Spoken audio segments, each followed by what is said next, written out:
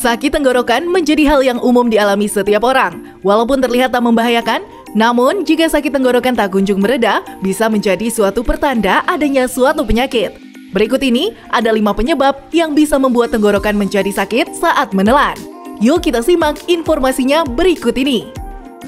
Gastroesophageal reflux disease atau GERD terjadi ketika asam lambung naik ke kerongkongan, bisa menimbulkan sensasi sakit di area kerongkongan dan tenggorokan kita. Larutan asam ini juga kerap menimbulkan sensasi terbakar di area tenggorokan hingga memicu timbulnya batuk. Lalu alergi. Pemicu alergi biasanya disebabkan akibat serbuk sari ataupun bulu hewan peliharaan, sehingga sistem kekebalan tubuh bereaksi untuk mengeluarkan alergen tersebut. Maka menimbulkan gejala hidung tersumbat, bersin, dan sakit tenggorokan. Faringitis. Kondisi yang terjadi adanya peradangan di tenggorokan tentu akan memicu rasa sakit di area tenggorokan, terlebih jika kita menelan makanan dan juga minuman. Peradangan ini biasanya terjadi pada saluran yang menghubungkan hidung dan mulut hingga kerongkongan. Laringitis. Penyakit yang mengalami peradangan namun terjadi pada laring atau kotak pita suara di dalam tenggorokan kita. Jika Anda mengalami penyakit ini, maka gejala yang timbul berupa sakit tenggorokan, batuk, demam, hingga suara serak. Terakhir, tonsilitis. Penyakit yang biasa menyerang anak-anak, namun juga kerap dirasakan orang dewasa ini, merupakan penyakit yang ditandai dengan adanya peradangan di area amandel Anda, hingga menimbulkan rasa tak nyaman di area tenggorokan bahkan sulit untuk menelan.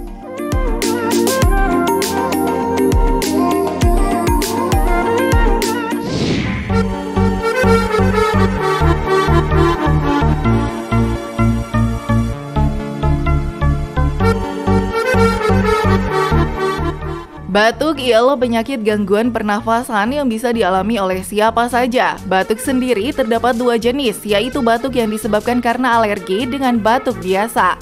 Sebetulnya batuk ialah respon dari imun terhadap alergen yang masuk ke saluran nafas. Dan umumnya biasanya batuk bisa sembuh dengan kurun waktu 2 hingga 3 minggu. Lantas, apa sih bedanya batuk alergen dengan batuk biasa? Batuk alergi biasanya dikenal dengan gejala menyerupai batuk kering yang disebabkan oleh beberapa faktor seperti alergi serbuk hewan, alergi debu, ataupun alergi jamur. Namun sebetulnya tubuh manusia bisa bekerja untuk melindungi tubuh dari paparan infeksi atau benda asing yang masuk. Selain itu, untuk batuk alergi akan menimbulkan hidung berlendir akibat menghirup alergen. Lalu lendir tersebut pun mengalir ke tenggorokan yang menimbulkan sensasi gatal. Cara mencegah batuk alergi dengan menghindari pemicunya ya pemirsa.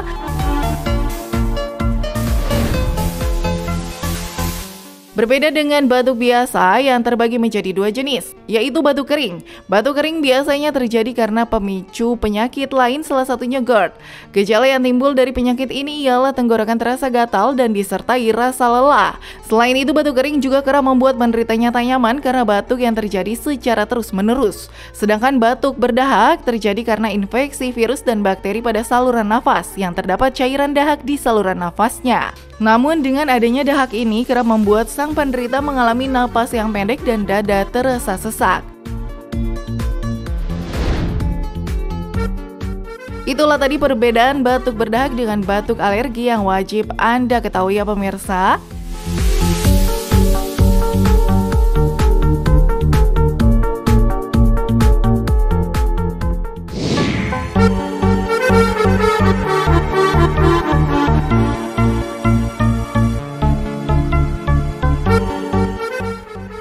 Siapa menyangka kalau latihan pernafasan diafragma bisa menjadi salah satu metode baik untuk memberikan sensasi rileks untuk mental kita. Hampir setiap teknik meditasi ternyata menggunakan latihan pernafasan tersebut. Pernafasan yang mengandalkan perut ini ternyata memiliki segudang manfaat baik untuk tubuh manusia. Wah, penasaran kan kira-kira apa saja ya manfaatnya? Berikut informasinya untuk Anda.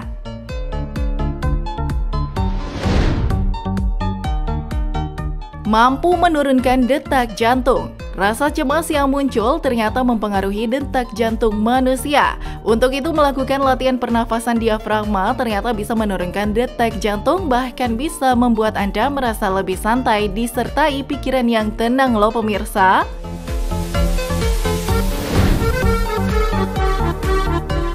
Lalu, pernafasan diafragma juga ternyata sangat direkomendasikan untuk orang dengan penyakit paru obstruktif kronik.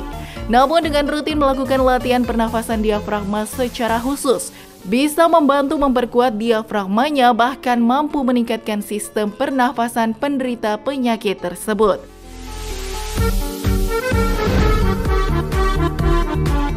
Selain itu, mengalami stres ialah hal yang sangat merugikan kita. Selain mengurangi imunitas tubuh, stres juga kerap membuat kita rentan ketika menjalani hari-hari. Namun dengan melakukan teknik pernafasan diafragma bisa mengurangi rasa stres yang Anda alami loh. Sebab jika stres dibiarkan tentu bisa mengalami stres yang kronis yang akan berdampak buruk bagi kesehatan Anda.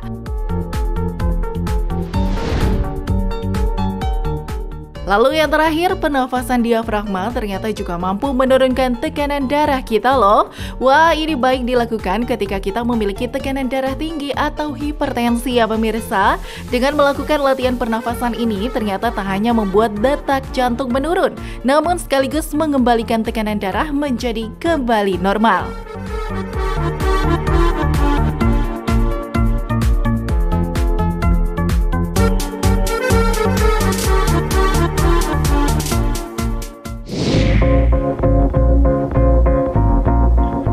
Pemirsa, informasi selanjutnya. Selama ini banyak orang mengira dengan mengoleskan es batu ke luka bakar dapat mencegah kulit melepuh.